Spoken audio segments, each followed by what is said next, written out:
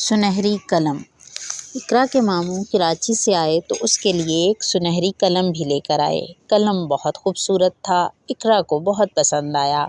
جبکہ بلال کے لیے ایک گھڑی لائے تھے، مگر اسے بھی گھڑی سے زیادہ قلم پسند آیا۔ وہ بھی چاہتا تھا کہ یہ قلم مجھے مل جائے۔ باجی، یہ قلم آپ مجھے دے دیں گی؟ نہیں، تمہارے لیے تو گھڑی آئی ہے۔ باجی، یہ قلم مجھے بہت اچھا لگا ہے۔ تو کیا ہر اچھی چیز دیکھ کر تم چاہو گے کہ وہ تمہیں مل جائے؟ دونوں اسکول جاتے ہوئے یہ باتیں کرتے جا رہے تھے۔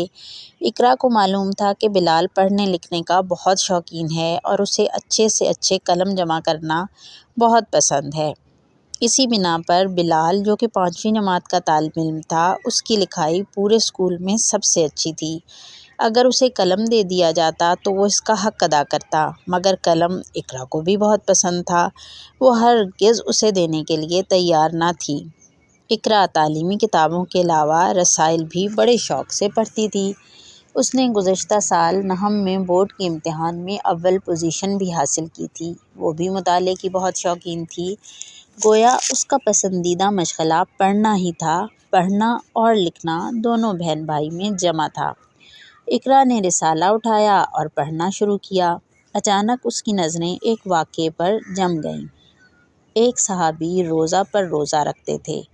افطار کے لیے کوئی چیز میسر نہ آتی تھی، تو انہوں نے آپ صلی اللہ علیہ وسلم سے اس کے سامنے اپنے اس فقر کو بیان کیا، تو آپ صلی اللہ علیہ وآلہ وسلم نے صحابہ رضی اللہ عنہم اجمعین سے فرمایا، کون ہے تم میں جو اپنے اس بھائی کی مہمان نوازی کا حق ادا کرے؟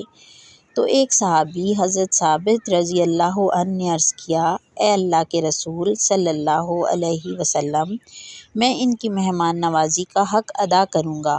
پھر وہ ان کو اپنے ساتھ گھر لے آئے اور اپنی اہلیہ سے کہا، میں اللہ کے رسول صلی اللہ علیہ وسلم کے ایک مہمان کو لایا ہوں، چونکہ کھانا کم ہے تو تم چراغ کو درست کرنے کے بہانے بجھا دینا، اور جب تک مہمان کا پیٹ نہ بھر جائے خود نہ کھانا۔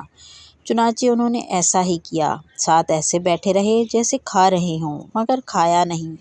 صبح حضرت ثابت رضی اللہ عنہ جب حضور صلی اللہ علیہ وآلہ وسلم کی مجلس میں حاضر ہوئے تو حضور صلی اللہ علیہ وآلہ وسلم نے فرمایا،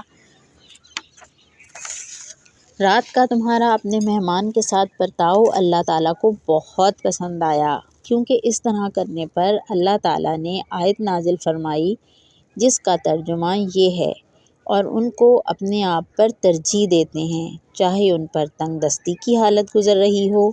اس خبیر ذات نے اپنے رسول کو اس معاملے کی خبر کر دی تھی۔ یہ واقعہ پڑھتے ہی اسے محسوس ہوا کہ اس رسالے میں یہ واقعہ اسی کے لیے لکھا گیا ہے۔ سنہری قلم اس کی آنکھوں کے سامنے آ گیا، ایک طرف اپنی چاہت اور دوسری طرف بھائی کی خواہش۔ اس کے دل اور دماغ میں ایک عجیب سی الجھن سی تھی۔ قلم اسے بے حد پسند آیا تھا۔ اس کی ساری سہیلیوں نے بھی اس قلم کی بہت تعریف کی تھی، اور وہ اپنا قلم کسی قیمت پر بلال کو نہیں دینا چاہتی تھی۔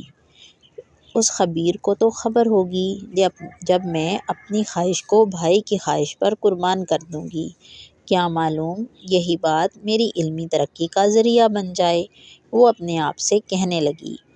وہ ہمت کر کے اس خبیر کو راضی کرنے کے لیے جو ہر پوشیدہ بات کو جانتا ہے اور ہر اچھی بری بات سے آگاہ ہے۔ اقرا کے ایثار کی وجہ سے قلم اس کے ہاتھوں سے بلال کے ہاتھوں تک کا سفر مکمل کر چکا تھا۔